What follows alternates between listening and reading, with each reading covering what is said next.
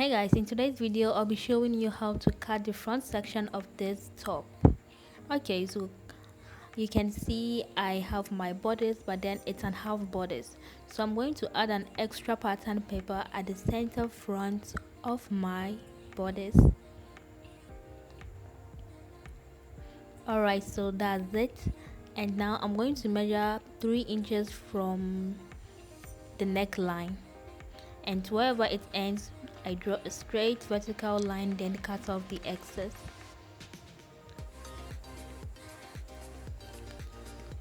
Alright, so that's it, and now I'm going to mark my center front below, so as you can see.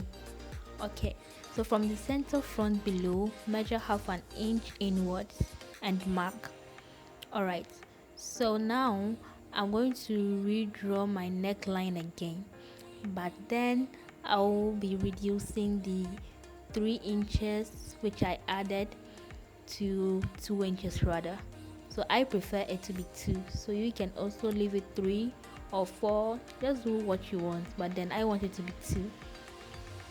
Alright, so now just redraw the neckline to the 2 inches extra which we added.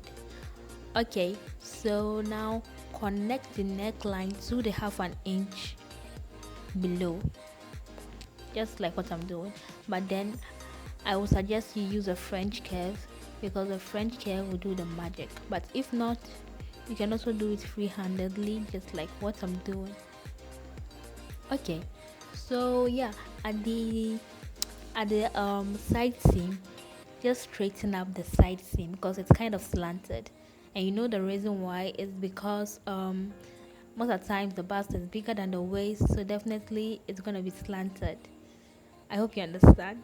So now I'm cutting off the excess, so just cut off. Is it cut off or cut out? Okay, so you just cut out the excess or cut off the excess. Okay, so that's it. It's very simple, and I hope you understood what I mean my instructions. I hope you understood everything, and yeah, that's it. And there's a strap below, so you also have to add your strap below, and that's it, man. Okay, so I want to emphasize on something here. So you see the neckline is going to overlap on the other, it's going to overlap on the 2 inches extra. So I hope I'm making sense. So the overlapping, I don't know if you're going to sew it all together or attach a fastening or this kind of brush fastening.